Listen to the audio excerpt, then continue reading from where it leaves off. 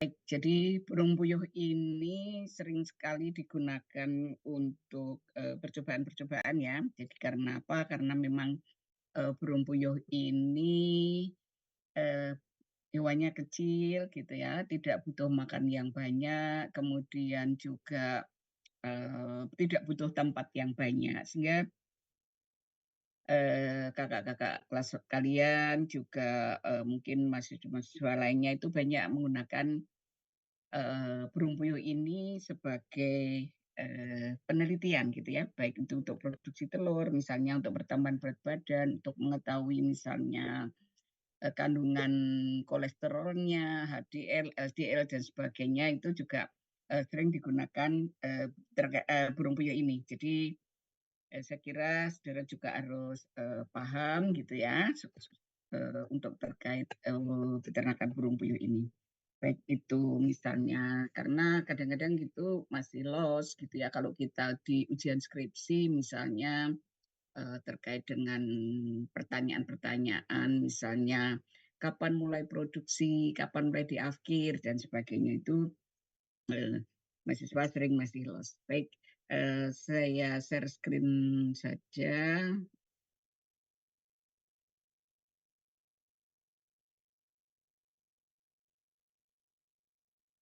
Sudah kelihatan materi saya?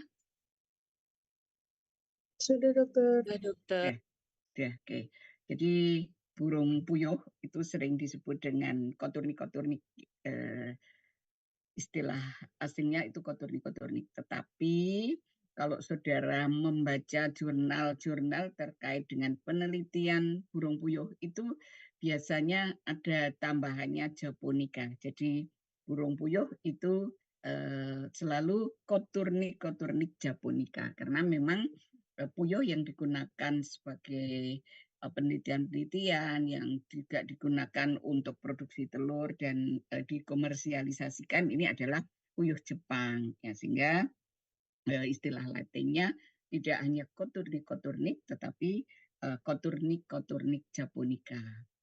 Nah, ini terkait dengan secara singkat dari burung puyuh ini sendiri. Burung puyuh ini merupakan jenis burung yang tidak dapat terbang. Jadi kalau burung-burung yang lainnya itu kan kalau lepas dari kandang itu kan biasanya terbang. Nah, kalau burung puyuh ini memang jenisnya itu tidak dapat terbang gitu ya.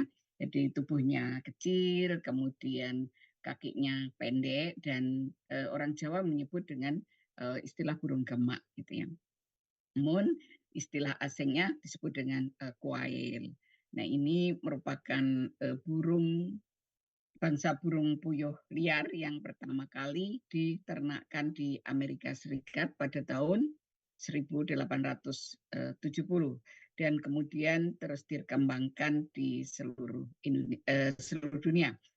Kemudian ini baru masuk di Indonesia sekitar tahun 79. Namun sekarang perkembangan peternakan burung puyuh ini juga sudah maju, tetapi memang hanya daerah-daerah tertentu yang memang suplai gitu ya, suplai telur burung puyuh. Nah, jenis burung puyuh ini ada dua macam, yaitu puyuh Jepang dan puyuh liar. Ya, jadi dikenal dua macam jenis burung puyuh Jepang dan burung puyuh liar. Nah, yang membedakan keduanya ini kalau burung puyuh Jepang itu berjari 4 dan 3 menghadap ke depan dan satu lagi menghadap ke belakang. Nah, dan burung puyuh Jepang ini bertelur sebanyak 250 sampai 300 butir per tahun. Tetapi dalam kondisi liar, burung puyuh ini ternyata puyuh liar ini mempunyai 3 jari kaki gitu ya, dan semuanya menghadap ke depan. Nah, ini yang membedakan kalau puyuh Cina atau koturnik-koturnik japonica ini mempunyai 4 jari, 3 ke depan, 1 ke belakang. Tapi kalau puyuh liar ini hanya mempunyai 3 jari dan menghadap ke depan. Produksi telurnya juga berbeda. Yang Coturnix japonica ini 250 sampai 300 butir, tetapi kalau puyuh liar ini hanya sekitar 4 sampai 7 butir. Jadi itu yang membedakan. Kemudian ketika kita bicara soal manajemen burung puyuh, tentu kita yang pertama adalah harus tahu bagaimana bibitnya, gitu ya, bagaimana burung puyuh bibitnya. Nah, saat ini tentu saja sudah sangat mudah kita untuk mendapatkan bibit burung puyuh ini ya. Jadi saudara bisa pesan di poultry shop atau kalau tidak saudara bisa mendatangi sentra-sentra pemeliharaan burung puyuh ini ya, bertanya misalnya mengambil bibitnya dari mana. Nah, ini di daerah Kediri juga banyak ya yang beternak burung puyuh ini. Kalau saudara mungkin mau melakukan penelitian terkait dengan burung puyuh. Nah, burung puyuh di Indonesia ini ada puyuh hitam dan ada puyuh coklat, gitu ya. Ada puyuh hitam dan ada puyuh coklat. Dan sudah tahu telur burung puyuh ini warnanya kan beda gitu ya. Kalau telur-telur yang lainnya itu misalnya warnanya itu satu warna saja gitu ya. Misalnya telur itu juga telur itik misalnya itu kehijauan, kemudian telur ayam itu coklat misalnya. Nah, telur burung puyuh ini mempunyai warna uh, antara black brown gitu ya. Jadi antara coklat dan hitam ya. Jumlah warna coklat dan hitamnya tentu bervariasi. Nah, ini karena faktor genetis ya. Memang genetisnya seperti itu gitu. Kemudian dibagi menjadi ada puyuh hitam dan ada puyuh coklat. Nah, untuk sexing atau membedakan jenis kelamin jantan dan betina itu tentu saja masih harus secara mengamati gitu ya, mengamati secara saksama gitu. Beda dengan ayam layer petelur komersial ya, ayam ras petelur itu kan mudah sekali membedakan jenis kelaminnya karena sudah dibuat sedemikian rupa sama breedernya gitu ya, sehingga kalau putih ya pasti jantan. Kalau coklat itu pasti betina. Nah, untuk seperti burung puyuh, ayam lokal gitu ya, itu membedakan jenis kelaminnya itu masih manual gitu ya. Jadi masih harus dilihat dengan seksama. Nah, apa saja yang membedakan? Yang pertama adalah bulu dagunya putih ya untuk yang betina. Kemudian bulu leher dan dadanya coklat dengan total warna hitam putih, kemudian ada pola warna bulu di bawah mata itu berwarna hitam. Nah, tubuhnya ini lebih besar dari jantan karena umumnya kan ternak-ternak itu kalau jantan kan lebih besar ya, sapi itu kalau jantan biasanya lebih besar gitu ya. Tetapi yang pada burung puyuh ini justru eh, tubuhnya yang betina ini lebih besar daripada yang jantan. Kemudian bagaimana dengan puyuh jantan? Ciri-cirinya puyuh jantan itu bulu dagu, leher dan dadanya coklat tua. Ya. Jadi memang jantan itu biasanya warnanya lebih gelap gitu ya, seperti sapi Bali misalnya kalau sudah dewasa kelamin itu kan warnanya menjadi lebih gelap gitu ya. Ini juga mungkin dikontrol oleh apa genetisnya seperti itu ya, atau dikontrol oleh hormon-hormon tertentu gitu ya.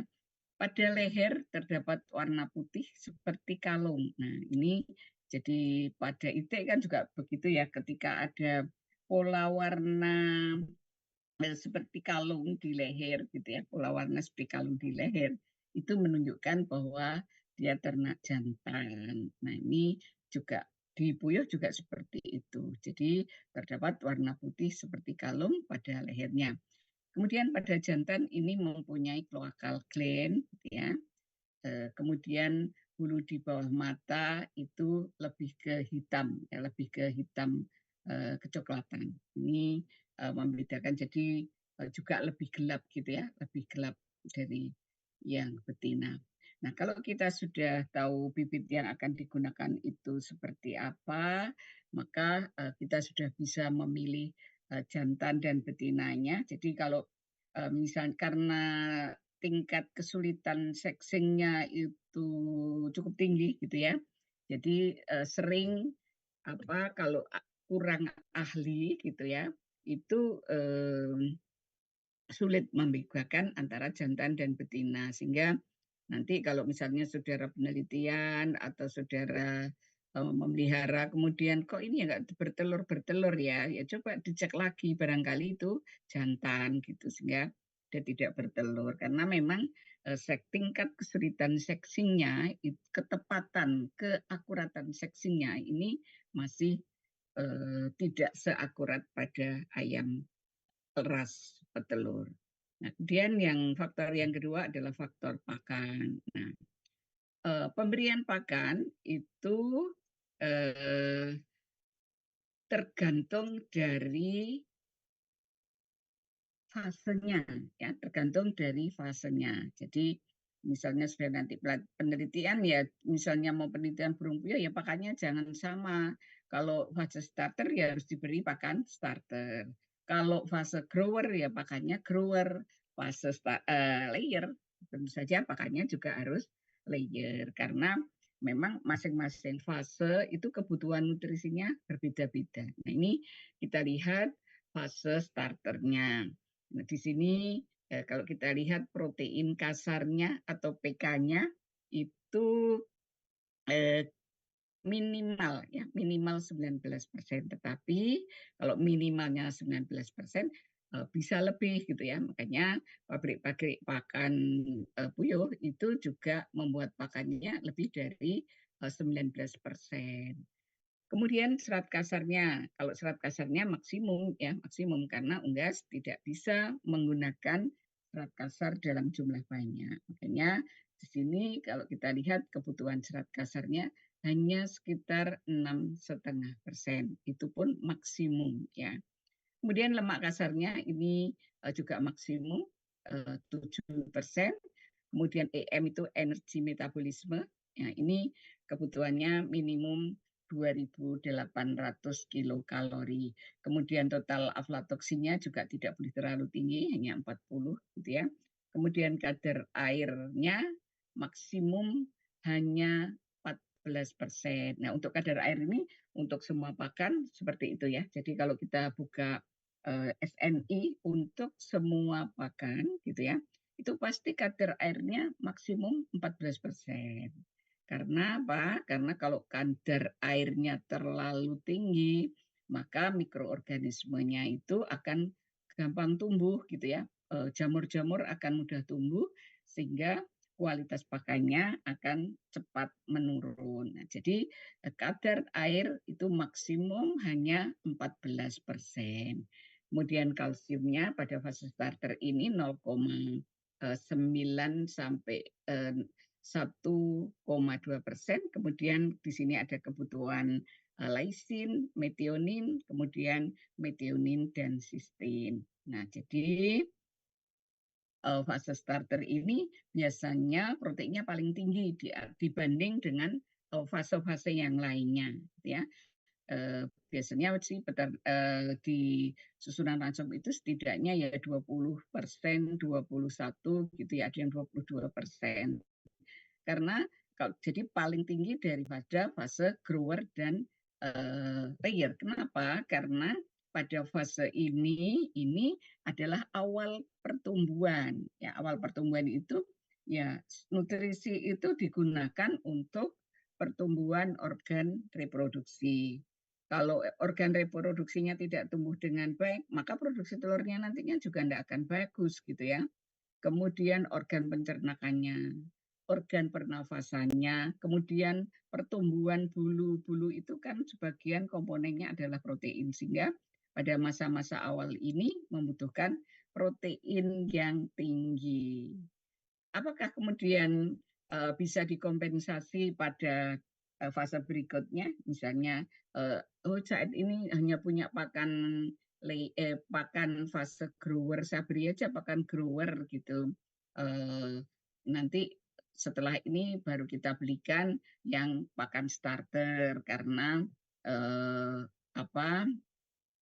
mungkin yang tersedia hanya grower gitu. Nah ini tentu saja tidak bisa gitu ya, tidak bisa seperti itu, tidak bisa dikompensasi di fase berikutnya. Karena pada awal-awal pertumbuhan itu adalah perbanyakan sel gitu ya.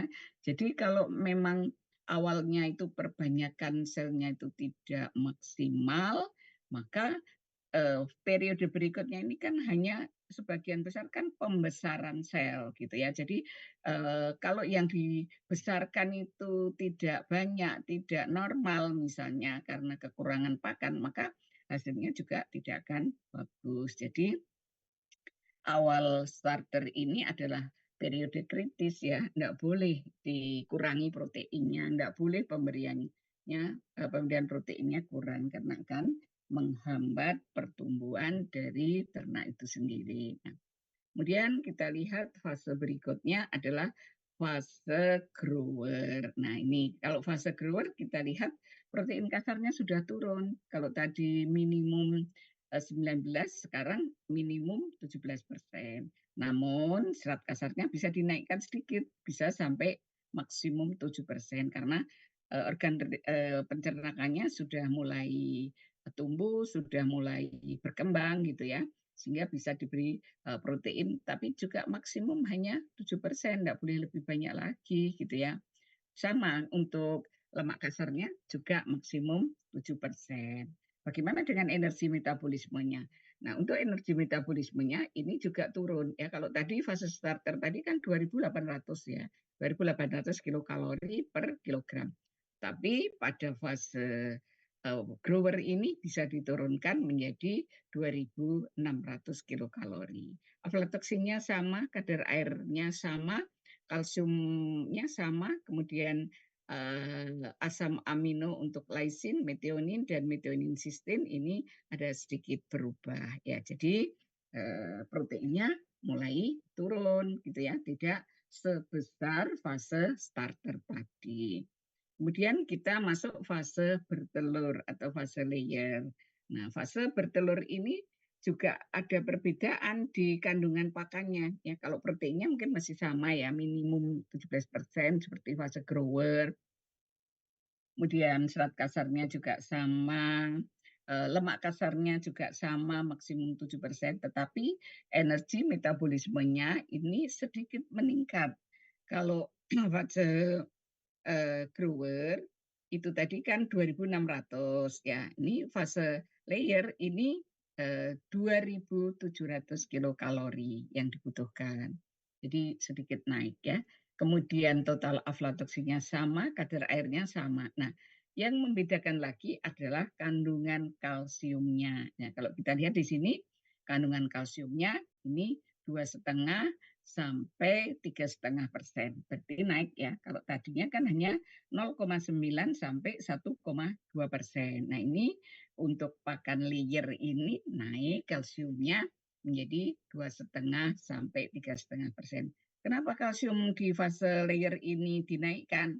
Nah ini karena pada fase layer ini nanti ada proses pembentukan telur. Nah untuk proses pembentukan telur itu kan nanti terakhir adalah pembentukan kerabang telur. Nah, komponen kerabang telur ini hampir semua komponennya adalah sebagian besar itu adalah kalsium gitu ya.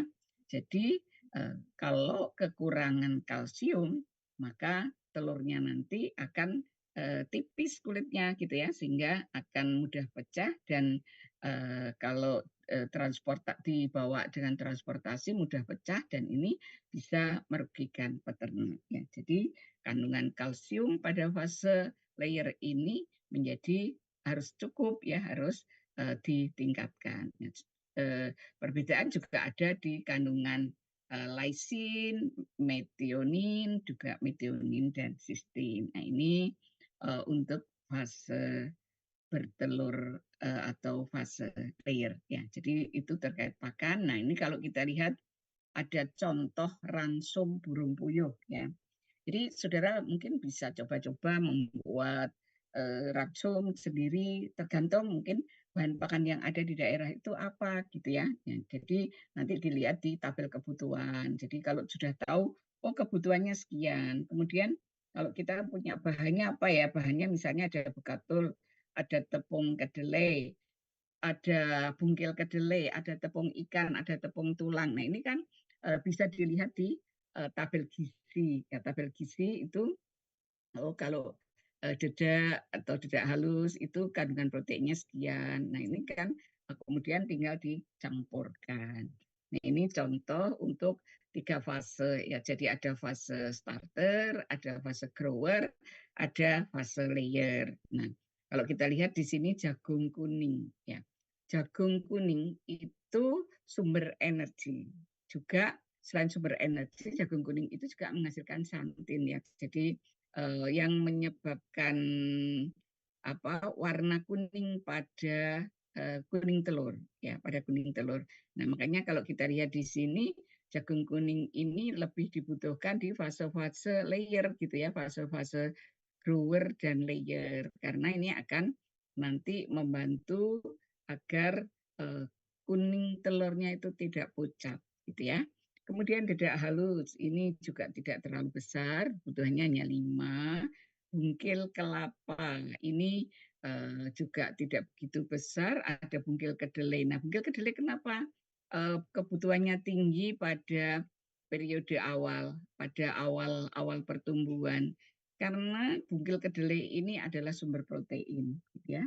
Jadi dia sumber protein sehingga jumlahnya besar pada fase layer, kemudian pada fase grower dan fase layer ini menjadi turun, kebutuhannya menjadi turun. Nah, bagaimana dengan tepung ikan? Nah, tepung ikan itu sebagai sumber protein, tetapi penggunaannya biasanya tidak boleh terlalu banyak, ya. Jadi biasanya kebutuhannya hanya sekitar maksimum itu sekitar 10% gitu ya. Makanya di sini juga tepung ikan itu hanya sekitar 10% gitu. Kemudian tepung tulang ini sebagai sumber kalsium. Nah ini meningkatkan kalau pada fase layer karena dibutuhkan kalsium lebih banyak pada fase layer sehingga tepung tulangnya bisa menjadi tinggi gitu ya. Kemudian top mix ini adalah mineral ya, sumber mineral. Ini juga kebutuhannya tidak banyak dan minyak kelapa itu bisa digunakan sebagai sumber energi. Selain sebagai sumber energi, minyak kelapa ini juga biasanya dibuat untuk kalau mau dicetak menjadi misalnya bentuk kerambel atau bentuk pelet itu menjadi lebih licin, menjadi lebih mudah campurannya gitu ya. Makanya kan kalau kita lihat minyak kelapa ini juga dibutuhkannya pada fase-fase akhir gitu ya, fase-fase grower maupun fase-fase layer. Nah ini selain sebagai sumber energi dan juga sebagai supaya pakan itu gampang untuk dicetak menjadi bentuk crumble maupun bentuk pelet ya, bentuk pelet. Nah ini konsumsi ransum per harinya. Ini kita lihat kalau umur 1 sampai 7 hari itu sebenarnya burung puyuh itu butuhnya hanya sekitar 2 gram per ekor per hari. Kemudian kalau sudah masuk fase layer umur 42 hari, ini kebutuhannya menjadi sekitar 21 gram per ekor per hari. Nah, tinggal kalikan saja kalau saudara punya 100 ya, kalikan 100. Namun ini adalah jumlah konsumsi gitu ya. Jadi kalau memberikan itu jangan dipas gitu ya. Kalau misalnya kebutuhannya itu 21 gram, nah setidaknya pemberiannya itu 22 atau 23 gram sehingga pakan itu selalu tersedia. Jadi kalau saudara penelitian jangan dipres gitu ya. Kalau kebutuhannya kan hanya 21 ya kita beri 21 saja. Nah itu tidak memenuhi konsep kalau di penelitian itu kan eh, pakan itu harus diberikan secara ad libitum, selalu tersedia. Jadi kalau misalnya kita tahu kebutuhannya 21, maka pemberiannya harus di atasnya. Itu baru disebut dengan ad libitum. Kemudian konsumsi air minum. Nah, ini sekian ini bukan per ekor loh ya. Sekian ini adalah untuk 100 ekor ya. Jadi untuk 100 ekor burung puyuh kalau umurnya 8 minggu ini butuh kira-kira 5,6 sampai 6 liter ya per harinya ya. Jadi ini untuk 100 ekor. Kalau kita sudah tahu bibitnya, kemudian kita tahu bagaimana kebutuhan pakannya, eh, kita masuk ke manajemen pemeliharaan. Bagaimana cara pemeliharaannya? Nah, ini model kandangnya ya. Jadi memang idealnya ternak itu ya dipelihara di suhu 20 sampai 25 derajat Celcius. Jadi suhunya enak ya, segitu itu enak. Tetapi tentu saja kalau saudara berada di Sidoarjo, di Gresik, kemudian di Surabaya atau mungkin Lamongan gitu ya, itu pasti suhunya di atas itu ya, jarang ada suhu 20 gitu kan, nggak pernah ya. Surabaya suhunya 20 gitu kan, nggak pernah gitu. Apakah kemudian nggak bisa memelihara puyuh? Bisa ya. Jadi cuma memang apa harus, karena suhunya panas, tentu harus ada pemberian tambahan gitu ya. Misalnya tambahannya itu apa? Misalnya diberi air minum yang lebih banyak, pakan yang lebih banyak, kemudian juga diberi anti stres karena panas yang tinggi itu kan menyebabkan stres. Nah, ini biasanya eh, diberi tambahan vitamin-vitamin dan mineral supaya juga tingkat imunitasnya membaik gitu ya. Tapi sekali lagi nanti akan ada proses adaptasi gitu ya. Awal-awal mungkin jelek gitu ya, tetapi nanti dia kalau sudah terbiasa dengan suhu panas maka juga sudah tidak ada masalah gitu ya. Jadi asal aman dalam proses adaptasinya ya. Jadi harus dijaga proses adaptasinya ini dengan baik. Maka nanti mereka juga akan beradaptasi gitu ya. Tapi bisa ya. Kemudian kelembabannya adalah sekitar 30 sampai 80%. Kemudian penambahan pencahayaan ini karena ini untuk petelur itu biasanya memang diperlukan, sama seperti pada ayam petelur itu kan ada tambahan pencahayaan gitu ya, terutama misalnya saat mendung, kemudian hujan gitu ya. Nah, ini perlu tambahan pencahayaan. Nah, sebetulnya Indonesia itu sudah cahaya itu sudah berlebih gitu ya. Tapi memang kalau mendung ya tetap diberi tambahan. Nah, kemudian bagaimana tata letak kandang agar sinar matahari dapat masuk ke dalam kandang. Nah, ini juga perlu diatur tata letak kandangnya ini. Jadi secara umum memang kandang yang ideal itu membujur dari barat ke timur, ya, bukan utara selatan, tapi dari barat ke timur.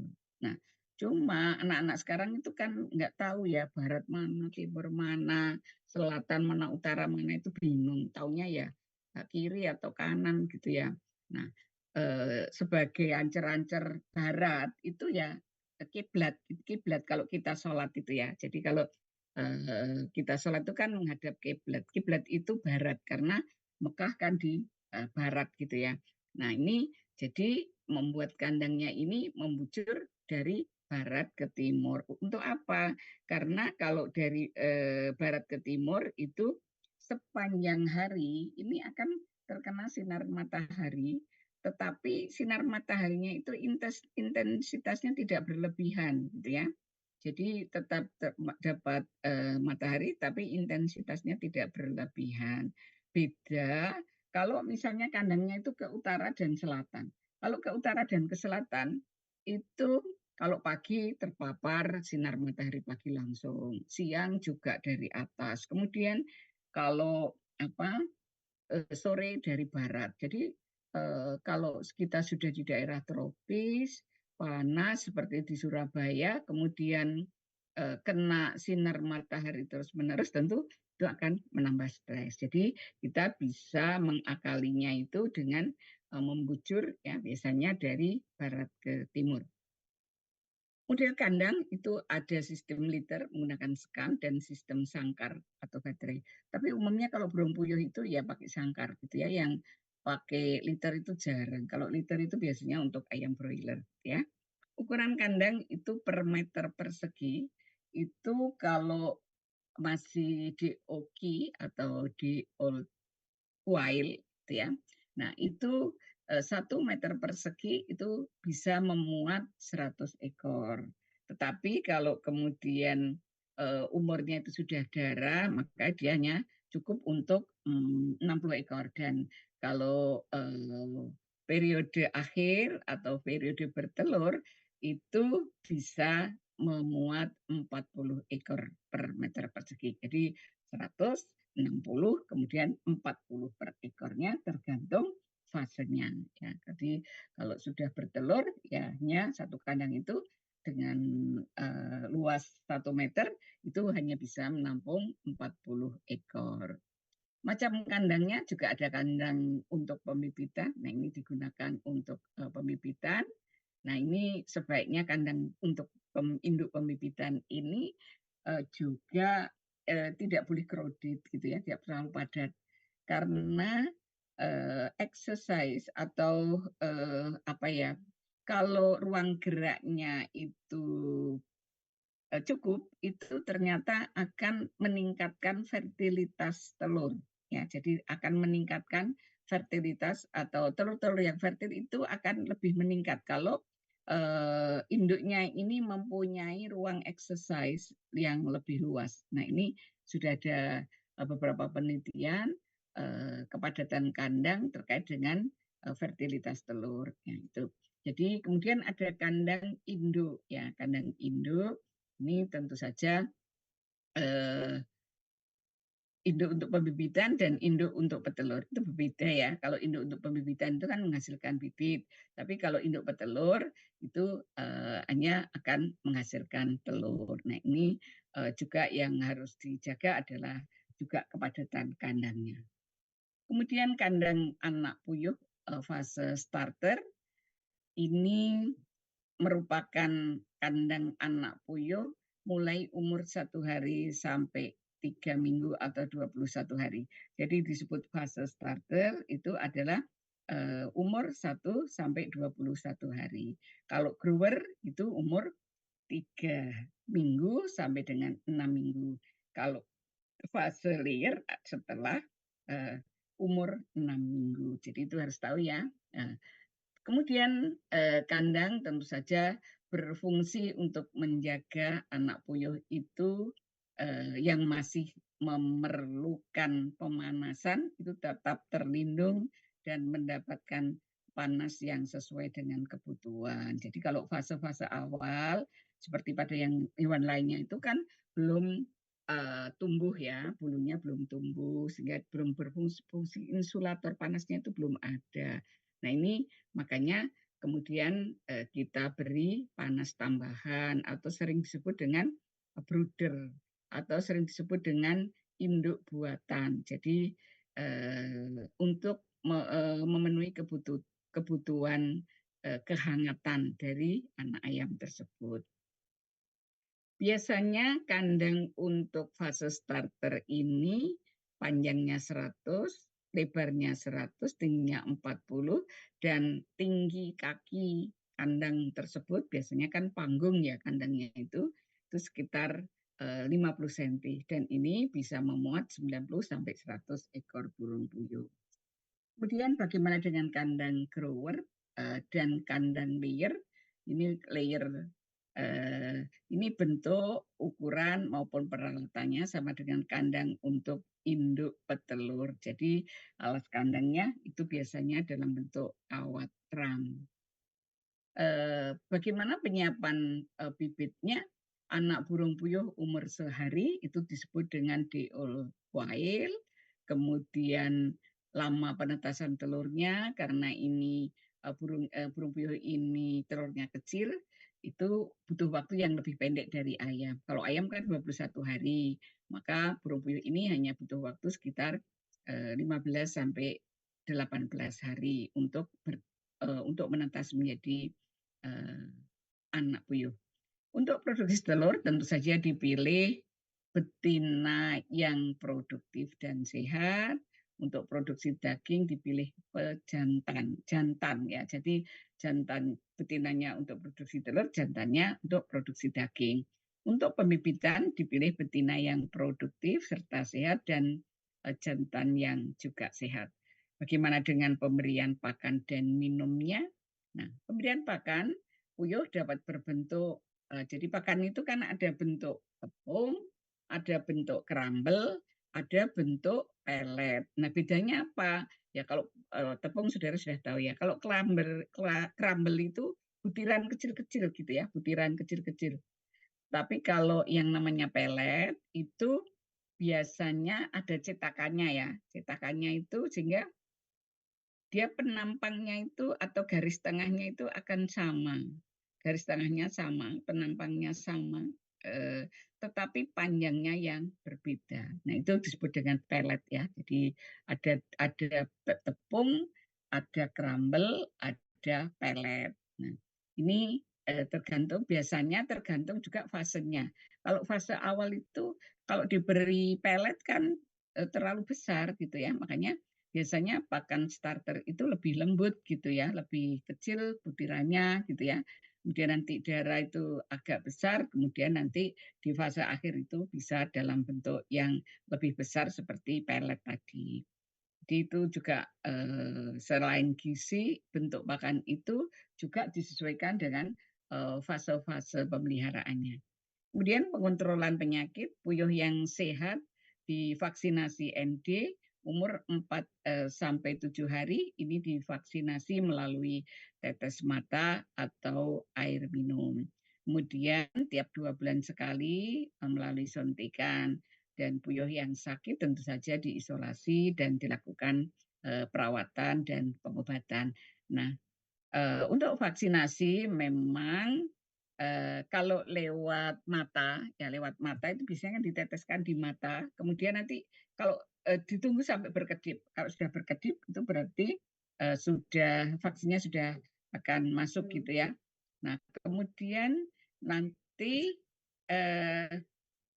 kalau pakai air minum kan dicampur air minum. Nah, ini dosisnya pasti berbeda. Kalau melalui mata itu lebih efektif sehingga dosisnya lebih kecil. Tapi kalau melalui air minum karena nanti dia melalui saluran pencernakan, maka kemudian dosis yang dibutuhkan menjadi lebih tinggi.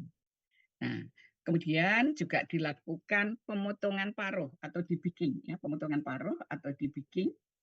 Ini dilakukan pemotongan paruh ini dilakukan pada puyuh umur 1 hari atau setidaknya dalam 1 minggu pertama kehidupannya. Ya, ya seberapa panjang? Ya, sepertiga dari bagian paruh. Caranya saja sudah pernah kita sampaikan bahwa nanti ada semacam lempeng besi gitu ya, kemudian dialiri listrik gitu alatnya itu, kemudian karena nanti ada panas tertentu, kemudian paruhnya tadi ditempelkan di besi yang panas tadi, maka otomatis nanti paruhnya itu akan menjadi tumpul gitu. Nah, ini juga dibikin ini bisa diulangi lagi pada saat masuk fase layer. Nah, tujuannya untuk apa? Untuk mencegah kanibalisme dan pemurusan pakan. Ya, jadi kalau paruhnya itu terlalu runcing, maka dia kalau pas terjadi kanibalisme kan dia juga akan mematuk temannya gitu ya, bisa menyebabkan luka. Tapi kalau paruhnya tumpul tentu tidak akan menyebabkan luka. Nah, kanibalisme itu juga bisa terjadi karena kandang yang terlalu padat, ya, kandang yang terlalu crowded itu bisa menyebabkan kanibalisme. Kemudian kekurangan pakan dan zat-zat tertentu, kekurangan mineral misalnya, itu juga bisa menyebabkan kanibalisme. Kemudian penanganan yang salah sehingga menimbulkan stres. Nah, ini juga bisa memunculkan timbulnya kanibalisme. Panas yang terlalu tinggi tidak diatasi dengan baik. Nah, ini juga bisa menyebabkan terjadinya kanibalisme. Jadi ini kenapa dibikin itu perlu dilakukan. Kemudian pemeliharaan puyuh fase petelur. Kalau tujuannya hanya untuk produksi telur, maka tentu saja tidak perlu dicampur pejantan. Karena tentu akan terjadi pemborosan biaya pakan, kemudian kualitas telur yang fertil ini akan cepat menurun. Jadi telur-telur yang fertil atau telur-telur yang dibuahi ini kualitasnya akan cepat turun dibandingkan dengan telur-telur yang tidak dibuahi. Kemudian mulai bertelur itu umur 42 hari atau 6 minggu, tetapi pada peneluran awal itu belum banyak telurnya, hanya 1-2 ya. Jadi nanti kemudian baru stabil itu 3 minggu. 3 minggu atau apa jadi 3 minggu setelah bertelur itu atau 2 minggu itu baru bisa stabil. Makanya kalau nanti saudara misalnya mau penelitian produksi telur, nah ini harus ditunggu dulu produksinya stabil gitu ya.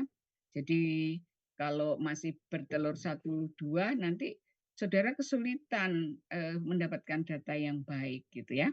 Jadi kalau untuk produksi telur maka saudara harus saudara harus tunggu dulu sampai produksinya stabil. Itu bisa terjadi pada 2 atau 3 minggu setelah bertelur pertama. Ya.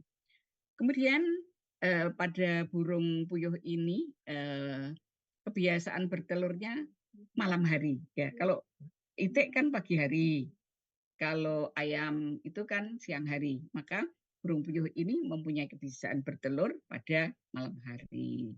Kemudian berat burung puyuh dewasa itu sekitar 140 gram.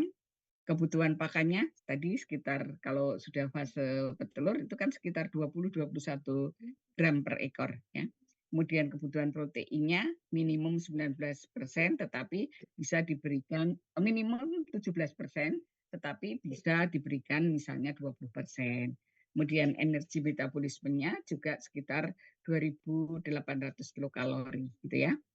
Kemudian nanti kalau saudara akan menghitung handy production-nya, itu akan kelihatan ketika umur 18 minggu itu produksi telurnya akan mencapai 75% ya. Jadi misalnya saudara memelihara 100, maka yang bertelur itu sekitar 70 akan mendapatkan telur sekitar 75 butir. Nah, itu pada umur 18 minggu dan kemampuan berproduksinya itu sekitar 2 tahun. Jadi kalau sudah 2 tahun maka bisa saudara akhir dan diganti atau di replacement dengan baik. Tapi jadwal replacement-nya itu harus diatur ya supaya produksinya stabil. Itu ya nanti kalau misalnya ini di akhir sudah kita siapkan yang siap bertelur. Jadi perputarannya atau pergantiannya ini bisa dilakukan dengan tepat.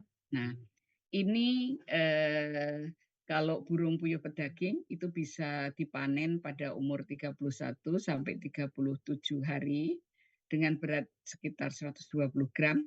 Tetapi memang daging puyuh ini belum begitu disukai gitu ya. Beda dengan bebek atau itik ya. Tapi sebenarnya kandungan gizinya juga sama-sama bagusnya gitu ya.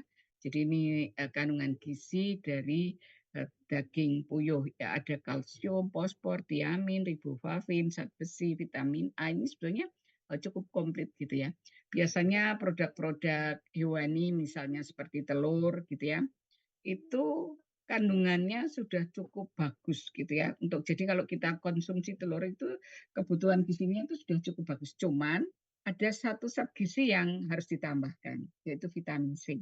Jadi vitamin C itu hampir tidak ada di dalam telur. Sehingga kalau saudara makan telur, maka saudara harus menambah dengan makan buah atau makan sayur gitu ya, sebagai memenuhi kebutuhan vitamin C-nya. Tapi vitamin-vitamin yang lainnya itu sebetulnya sudah cukup komplit gitu ya.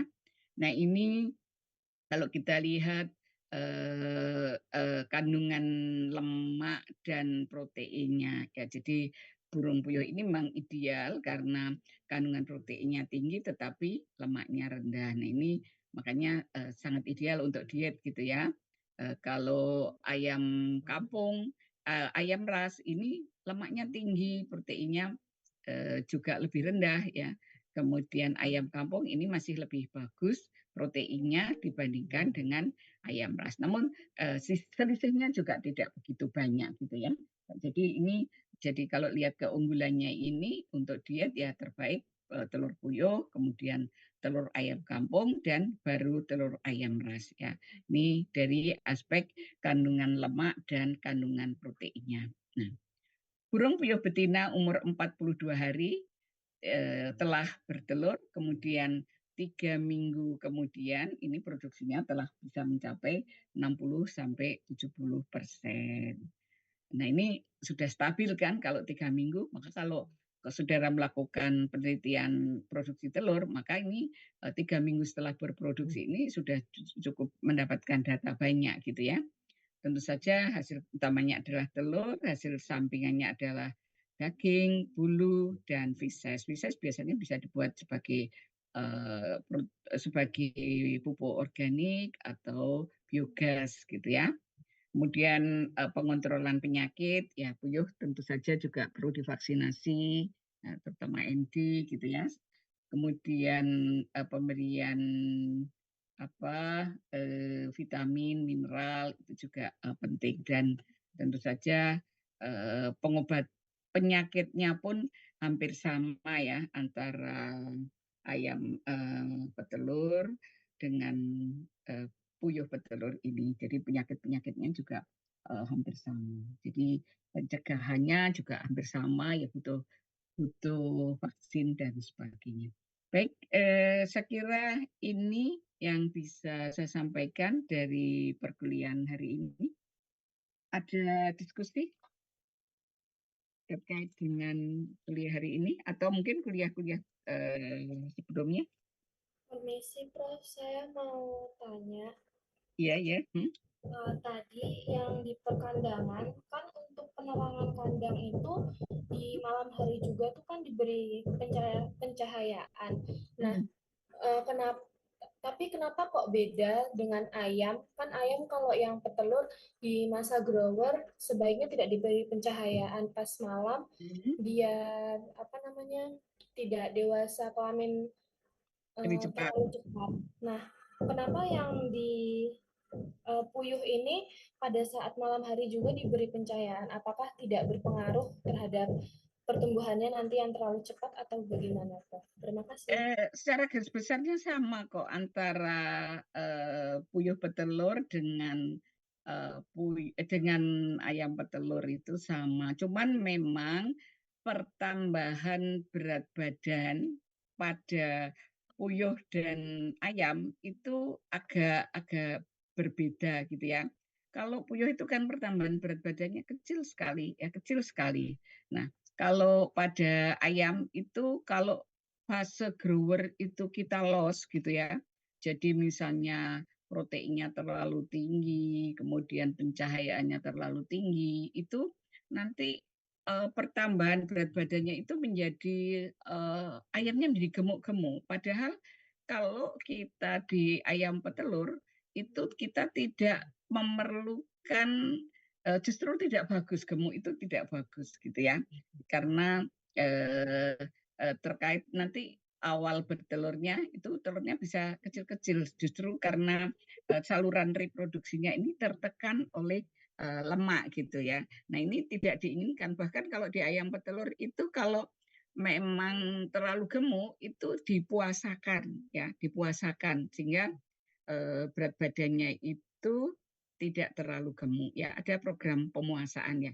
Tetapi kalau di Puyo itu sebenarnya memang pertambahan berat badannya itu tidak begitu kelihatan, tapi secara teori sama. Jadi memang pada saat grower itu bisa diberikan pencahayaan pada puyuh ini, tetapi juga jangan terlalu dengan apa ini yang tinggi, efektivitasnya jangan terlalu yang tinggi gitu ya. Baru nanti pada makanya kan wattnya juga berbeda ya antara fase grower dengan fase layer gitu ya.